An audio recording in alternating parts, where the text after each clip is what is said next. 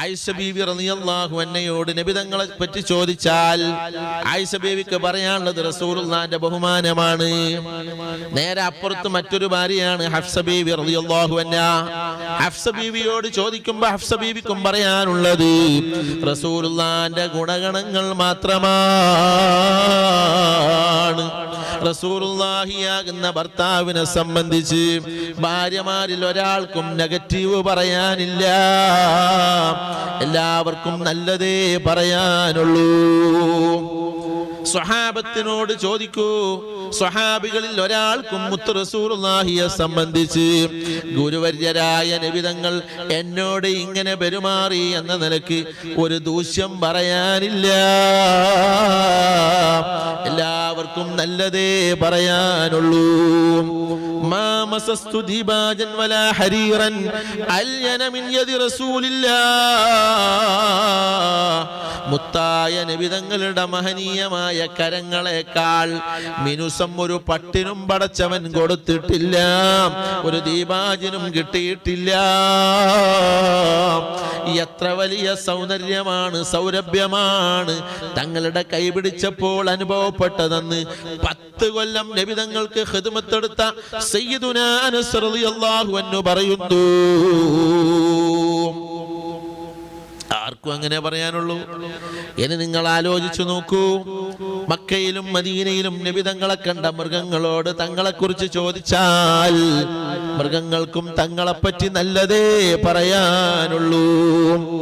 മദീനയിലെ മരങ്ങളോട് നബി തങ്ങളെ കുറിച്ച് ചോദിച്ചാൽ മരങ്ങൾക്കും സസ്യങ്ങൾക്കും തങ്ങളെക്കുറിച്ച് നല്ലതേ പറയാനുള്ളൂ.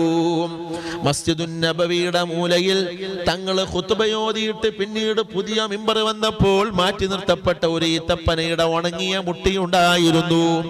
ഒരിക്കൽ അത് കരഞ്ഞു. ആ മുട്ടിയോട് നിങ്ങൾ ചോദിക്കൂ, നിന്റെ ഉപരിതലത്തിൽ കയറി വർഷങ്ങളോളം ഖുതുബ നിർവഹിച്ച ഖതീബായ നബി തങ്ങളെ കുറിച്ച് എന്താ അഭിപ്രായം? ആ ഈത്തപ്പനയുടെ ഉണങ്ങിയ കഷ്ണത്തിനും പറയാനുള്ളത് റസൂലുള്ളാഹിന്റെ ബഹുമാനം തന്നെ. ഞാൻ സങ്കടപ്പെട്ട് ഒരിക്കൽ കരഞ്ഞു. കരഞ്ഞ ഉടനെ എന്റെ കരച്ചിൽ കേട്ട നബി തങ്ങൾ മിമ്പറിൽ നിന്ന് ഇറങ്ങി വന്ന് എന്റെ തലയിൽ കൈവച്ച്, എന്റെ തടിയിൽ തല കൈവച്ച് എന്നെ ആശ്വസിപ്പിച്ചു എന്ന സന്തോഷമേ ആ ഉണങ്ങിയ മരക്കഷ്ണത്തിന് പോലും പറയാനുള്ളൂ. മസ്ജിദുൻ നബവിയുടെ ചുമരുകളോട് ചോദിച്ചു നോക്കൂ, മദീനയിലെ ഈത്തപ്പനകളോട് ചോദിച്ചു നോക്കൂ, മദീനയിലെ മൺതരികളോട് ചോദിച്ചു നോക്കൂ, എല്ലാറ്റിനും എവിടെയും എപ്പോഴും പറയാനുള്ളത് റസൂലുള്ളാഹിയിൽ നിന്ന് അനുഭവിച്ച മഹബ്ബത്തു തന്നെ, തങ്ങളിൽ നിന്ന് കിട്ടിയ സ്നേഹം തന്നെ. റസൂലുള്ളാഹിന്റെ സ്നേഹം, തങ്ങളിൽ നിന്ന് അനുഭവിച്ച സ്നേഹം റസൂലുള്ളാഹി തങ്ങളുടെ അടിമകളായി പ്രവർത്തിച്ചവരോട് ചോദിച്ചു നോക്കൂ, എങ്ങനെയാണ് നിങ്ങളുടെ സയ്യിദായ റസൂലെന്ന് അവര് പറയും. അവർ കണ്ട റസൂലിനെ സിദ്ദീഖുൽ അക്ബർ തങ്ങളോട് ചോദിച്ചു നോക്കൂ, ഉമർ ഇബ്നുൽ ഖത്താബ് തങ്ങളോട് അന്വേഷിച്ചു നോക്കൂ, എങ്ങനെയാണ് നിങ്ങളുടെ ലീഡർ എന്ന്.